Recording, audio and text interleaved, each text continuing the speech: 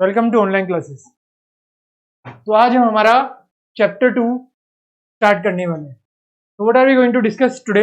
We will discuss chapter 2 geography. आज हम इसका पार्ट 1 करेंगे। We will discuss what? Part 1। Part 1 talks about और chapter 2 talks about is forest and wildlife resources. तो forest and wildlife resources ये हम आज discuss करेंगे। चलिए स्टार्ट करते हैं हमारा चैप्टर। अब यहाँ पे एक कोट है, ये बताई गई है।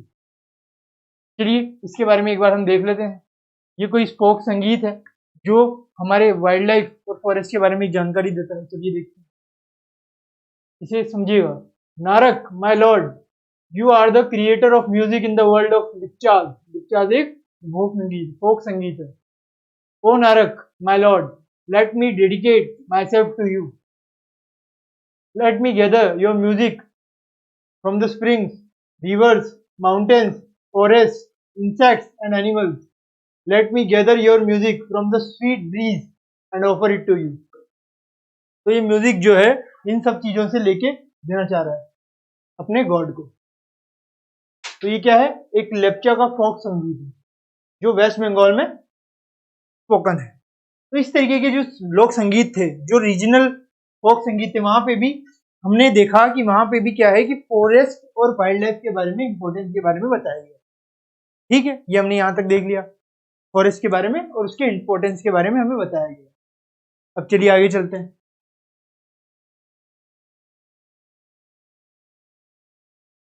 We share this planet with millions of other living beings. We share what? We share this planet with millions of other living beings। आप जानते हैं कई तरीके के लिविंग बींग्स होते हैं जिनमें लाइफ होती है। Starting from microorganisms, they are small bacterias, microbes and bacteria lichens to banyan trees, elephants and blue whales. तो कई तरीके की मिलियंस ऑफ लिविंग ऑर्गेनिजम्स होते हैं और इन सब चीजों से हम चाहे तो स्टार्ट कर सकते हैं, छोटे से छोटा फिर बड़े से बड़ा। छोटे से शुरुआत कर रहे हैं और बड़े पे आ रहे हैं। ठीक है, ये क्या था? छोटा था। It is small, microorganisms are small in nature, bacteria is small, lichens to banyan tree जो है, बनियान ट्री से एक लीचेंस होता है। और एक elephants, they are big, blue whales, they are big. तो these are types of living beings because they have life. And banyan tree में इस तरीके का कोई एक कीट है, that is insect called lichens. ठीक है, तो ये हमारे हो गए जो जो लिविंग बीइंग्स इन्होंने बताया। चलिए आगे देखते हैं। This entire habitat that we live in has immense biodiversity. क्या है? Immense biodiversity. तो वी लिव इन, जिस अर्थ पे हम रहते हैं ना, वहां पे बहुत ज्यादा biodiversity. Biodiversity means what? There are life in many parts of the world, that is we call it earth। so now जो एंटायर हैबिटेट है ना पूरे अर्थ का, उसमें कई तरीके की बायोडाइवर्सिटी ये बात कर रहा है। now we humans along with all living organisms from a complex web of ecological system in which we are only a part, ये सिर्फ एक पार्ट है, एक बहुत बड़ा इकोलॉजिकल सिस्टम है और जिसका हम सिर्फ एक पार्ट है। we are only a part of it। very much development on this system for our own existence। तो हमारे एग्जिस्टेंस के लिए कई तरीके के डेवलपमेंट की जरूरत पड़ी हमें, क्योंकि हमें हमारी नीड्स को फुलफिल करना था। We need food, water, shelter and many other things for survival and may be for our desire. Now for that we are cutting forest, we are killing animals. so there are many things we are doing just to exist in the world।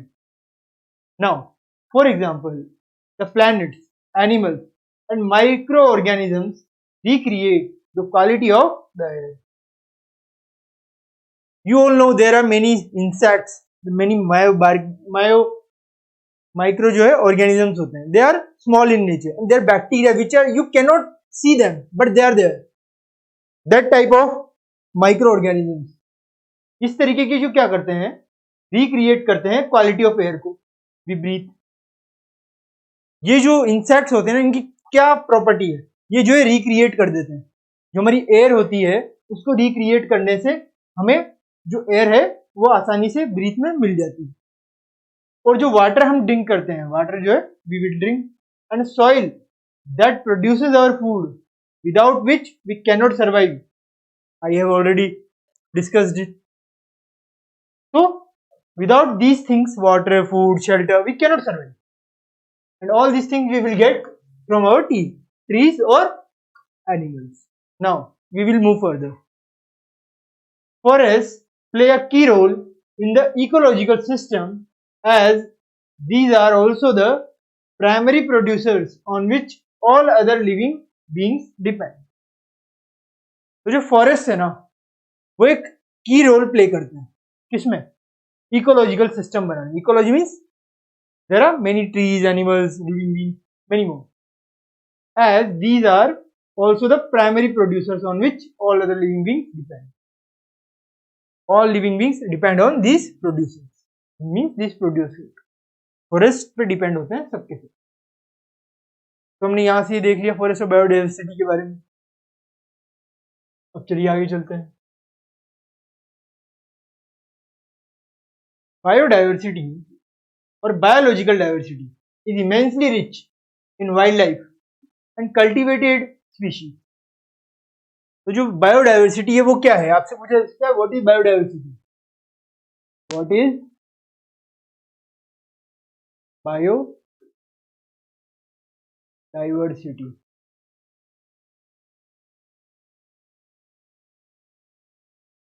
So what you gonna do then?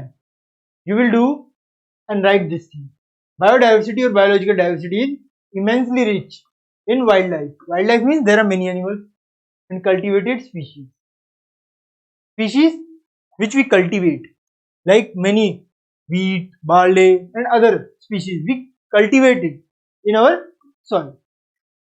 और wild life means animals. तो plants और animals in सबसे मिलके जो immensely जो diversity है हमारी, उन सब में उसे हम बायोडाइवर्सिटी कहते हैं। Bio means life, diversity mean life में डाइवर्सिटी। ठीक है, diverse in form and function but closely integrated in a system through multiple networks of interdependencies. तो दे आर इंटरडिपेंडेंट। फूड जो है ह्यूमन बींग्स के लिए भी जरूरी है। Human beings, HB means human beings, ये एनिमल्स के लिए भी जरूरी है।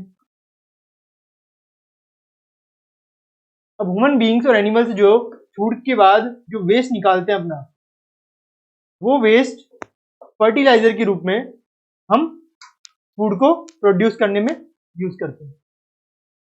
तो एक तरीके से ये क्या हो रहा है, ये सब इंटरडिपेंडेंस का काम चल रहा है। फूड जो प्लांट्स दे रहे हैं हमें, वो हम कंज्यूम कर रहे हैं और फिर अपना वेस्ट निकाल रहे हैं, और उस वेस्ट से फिर फर्टिलाइजर बन जाएगा, और फर्टिलाइजर से हम फिर सीड्स के साथ हम फूड बना देंगे। तो ये एक तरीके से क्या हो रहा है, हम सब इंटरडिपेंडेंस हैं, we are depending on each other. This is clear? तो आप ये आपकी डेफिनेशन है, ये आपको यहाँ पे इस क्वेश्चन में जब पूछा जाएगा लिख बता देंगे। It is easy. सिर्फ एनिमल्स और स्पीशीज मीन्स प्लांट्स, वो की जो रिच सॉइल है या फिर रिच डाइवर्सिटी है, that is called biodiversity. Now we will move further. Understood? Now we will move forward. Our next topic. Next topic, or the main topic, we can say that is flora and fauna in India. So आपने flora and fauna word सुना होगा। Now we will go through the deep meaning of flora and fauna. That is our species, plant species. Now, if you look around, you will be able to find that there are some animals and plants which are unique in your area. Yes, which are unique in your area. There are many animals which are unique. In fact, India is one of the world's richest countries in terms of its vast array of biological diversity and has nearly 8% of the total number of species in the world, estimated to be 1.6 million. तो India में जो है कई तरीके की biodiversity. उसका main reason क्या है? मेन रीजन है इंडिया का क्लाइमेट। क्लाइमेट इस तरीके का है हमारा कि हमारी जो डाइवर्सिटी है वो अलग ही तरीके की, उसमें कई तरीके की डाइवर्सिटी फैली हुई है, और जो बायोडाइवर्सिटी क्योंकि उसमें लाइफ है। Do you know, you all know plants में लाइफ होती है, life, they are giving life. Okay, now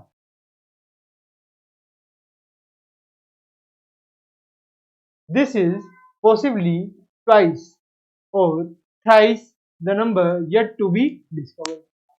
अब अभी तक हमें ये पता नहीं है कि भाई ये कितनी है, ये तो पता लग गया कि भाई बायोडाइवर्सिटी है, कई तरीके की स्पीशीज हैं, और 8% जो है वर्ल्ड में हमारे पास है, मगर ये नंबर में कितनी है ये अभी तक हमें पता नहीं लग पाया है। We don't know it. You have already, यहाँ पे देखिए, you have already studied in detail about the extent and variety of forests and wildlife resources in India। आपने जो है कई तरीके की फॉरेस्ट के बारे में पढ़ा होगा, वाइल्ड लाइफ रिसोर्सेज के बारे में पढ़ा होगा इंडिया में, वो हमने पिछले कई सारी जो क्लासेस हैं, that means in your previous class 9 may be 8 आपने स्टडी कर लिया है। आज हम उसकी थोड़ी सी डिटेल में स्टडी कर रहे हैं। तो you may have realize that the importance of these resources in our daily life. तो डेली लाइफ में कितनी ज्यादा इंपॉर्टेंस हमारी है इन रिसोर्सेज की, आप सब देख सकते हैं।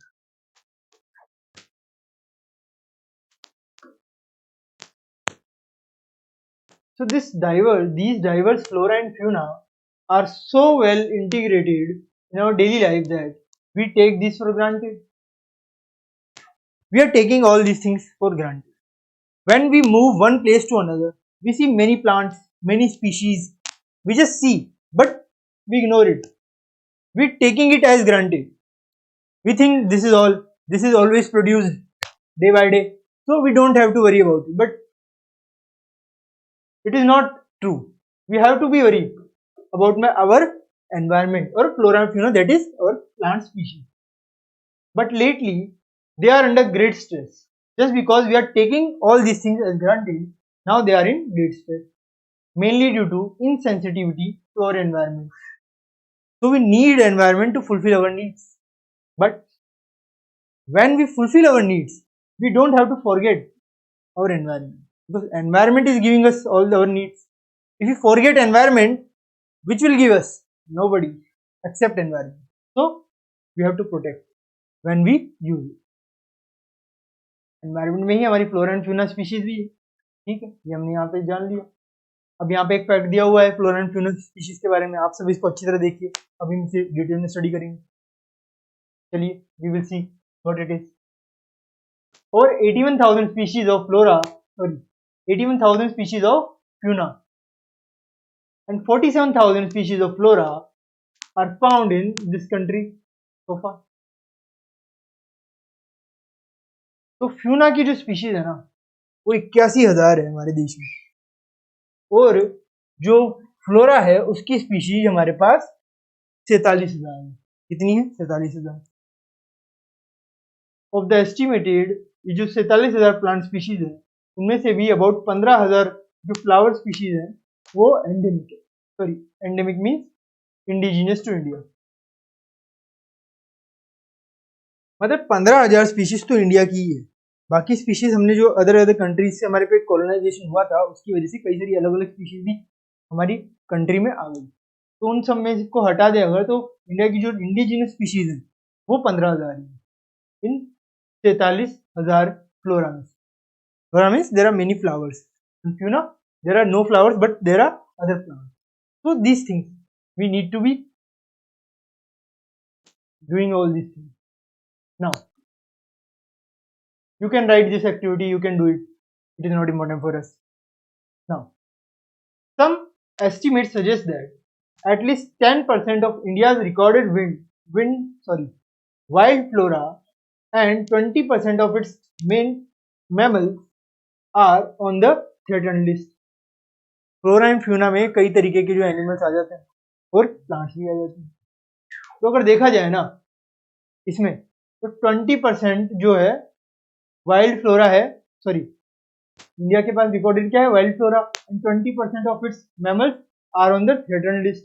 दैट मीन्स जो मैमल्स होते हैं जिनमें लाइफ होती है, दैट मीन्स जीव होते हैं मैमल्स, तो उनमें हम सिर्फ 20% है हमारे पास, और वो भी थ्रेटन्ड है. That means they are about to extinct. They are not extincted right now, but they are about to extinct just because we don't have enough resources to protect them. Many of these would now be categorized as critical. So these are critical because we don't give proper care. That's why they are critical. That is on the verge of extinction, like the cheetah. जैसे मैंने अभी आपको बताया, they are about to extinct. वही आगे यहाँ पे बताया गया. जैसे चीता हो गए हमारे, एक्सटेंट हो गए. पिंक हेडेड डक हो गया एक्सटेंटेशन में. माउंटेन क्वेल कहीं नहीं दिख रहा.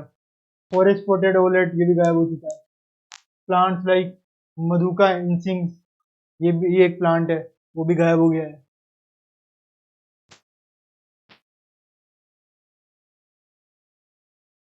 वैरायटी ऑफ महुआ ट्राइब के कई सारे लोग थे, वो भी गायब हो चुके हैं. तो कई तरीके की चीजें हैं जो गायब हो चुकी हैं. And Hubbardia heptaneuron, a species of grass. ये ग्रास की एक स्पीशीज का साइंटिफिक नाम है जो भी विलुप्त हो चुका है. विलुप्त means it is extinct right now. In fact no one can say how many species may have already been lost. Nobody knows how many species we are losing day by day. But today we only talk of the larger and more visible animals and plants that have become extinct. But what about smaller animals like insects and plants? तो जो extinct हो गए उनके बारे में तो हमें पता है, मगर जो इंसेक्ट्स हैं, जो बर्ड्स हैं, वो कितने हैं वो हमें देखना होगा. चलिए देखते हैं.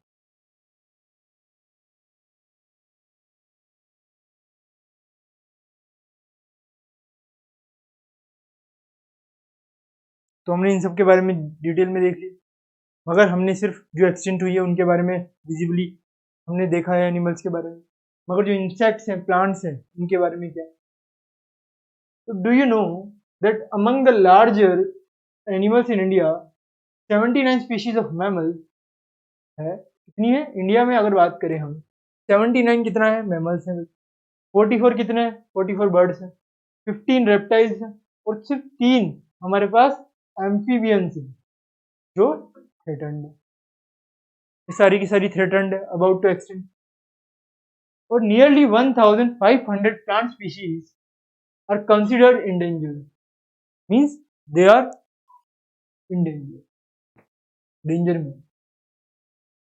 Flowering plants and vertebrate animals have recently become extinct at a rate estimated to be 52,000 times the average expected natural growth. तो जो हमारे जो ये सारे फ्लावरिंग प्लांट्स और वर्टेबल एनिमल्स हैं, ये एक्सटेंट होने की कगार पर है, और इनका एक्सटेंट की रेट जो है वो एस्टिमेट करी गई है 50 से 100 time the average expected natural growth.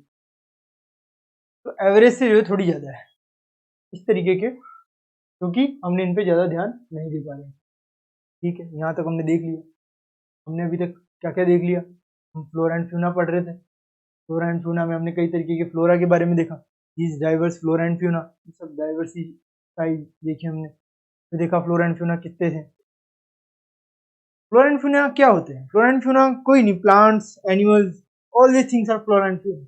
You don't have to be worry about all this. ठीक है, चलिए आगे चलते हैं. अब हम देखेंगे अब वैनिशिंग फॉरेस्ट. क्या देखेंगे? Vanishing forest. ये फॉरेस्ट जो है क्यों वैनिश हो रहा है? Why they are vanished from our earth? The dimensions of forest deforestation in India are staggering. जो डायमेंशन है डिफॉरेस्टेशन का इंडिया में, वो क्या? स्टैगरिंग कंडीशन में. That means they are in a increasing manner. क्यों? क्योंकि पेड़ों का कटाव जो है बहुत ज्यादा हो रहा है. डिफॉरेस्टेशन मीन पेड़ों का कटाव होना.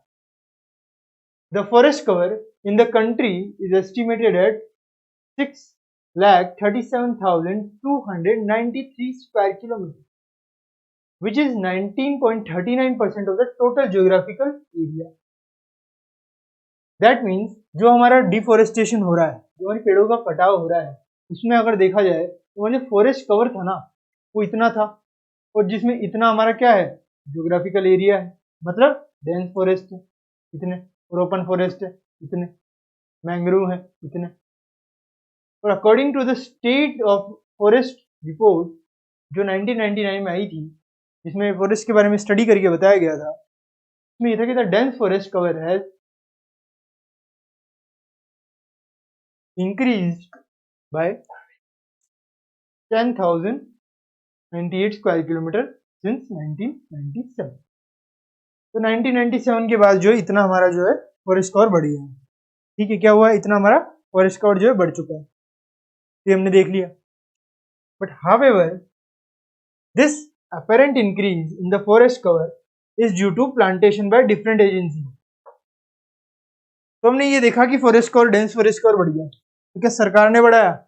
नहीं, कई तरीके की संस्थाएं थी, वो संस्थाएं आगे निकल कर आई, उन्होंने कहा कि हमें पर्यावरण को बचाने के लिए कुछ ना कुछ करना होगा, और उन संस्थाओं ने इन पेड़ पौधों को लगाना आरंभ किया, और ये आज के टाइम पे इतना स्क्वायर किलोमीटर बढ़ गया 1997 से। तो the state of forest report does not differentiate between natural forest and plantation. मतलब नेचुरल फॉरेस्ट प्लांटेशन में उन्होंने भेदभाव नहीं किया, जहां प्लांटेशन है उसको भी फॉरेस्ट माना, जहां नेचुरल फॉरेस्ट है उनको भी फॉरेस्ट माना। तो therefore these reports fail to deliver accurate information about actual loss of natural forest। तो उन्होंने क्या है, प्लांटेशंस को और जो इतने भी हमारे नेचुरल फॉरेस्ट है उनको भी फॉरेस्ट की कैटेगरी में रखा। तो इस वजह से क्या हुआ कि हमें जो एक्चुअल नेचुरल फॉरेस्ट के नंबर है वो नहीं मिले, क्योंकि उसमें प्लांटेशन भी हमने इसमें रिपोर्ट में ऐड कर दिया 99 वाली में, इस वजह से हमें एक्चुअल इन्फॉर्मेशन अभी भी नहीं मिली थी। तो ये हमारे वेनिस्ड फॉरेस्ट हो गए। चलिए अब आगे चलते हैं। Let us now understand the different categories of existing plants and animal species. अब हम क्या करेंगे, अब हम अंडरस्टैंड करेंगे डिफरेंट टाइप के एग्जिस्टिंग प्लांट्स भी हो सकते हैं, एनिमल्स जो हमारे एग्जिस्ट अभी कर रहे हैं उनके बारे में, उनको हम कैटेगराइज करेंगे अभी। तो based on IUCN we can classify as follows.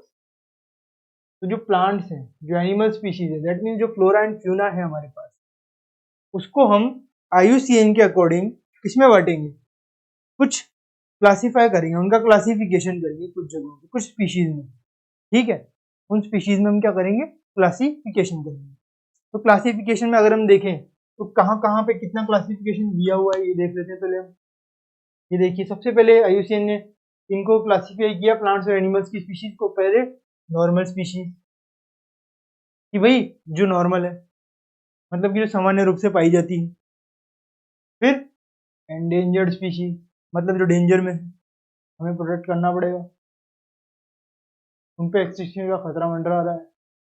और फिर वल्नरेबल स्पीशीज है, जिनकी पॉपुलेशन डिक्लाइन कर चुकी है।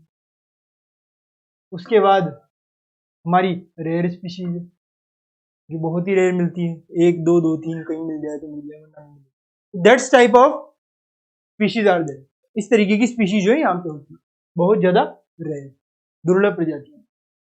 और एंडेमिक स्पीशीज, मगर वो मतलब वो कुछ ही जगहों पे एंडेमिक है, वहां पे ही मिलती है।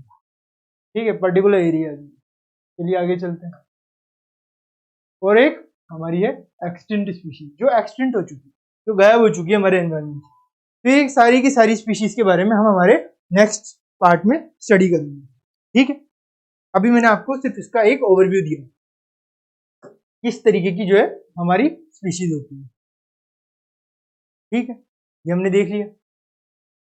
ये हम जो स्पीशीज के बारे में अभी हमने देखा है, इन सब स्पीशीज को हम हमारे नेक्स्ट पार्ट में स्टडी करेंगे।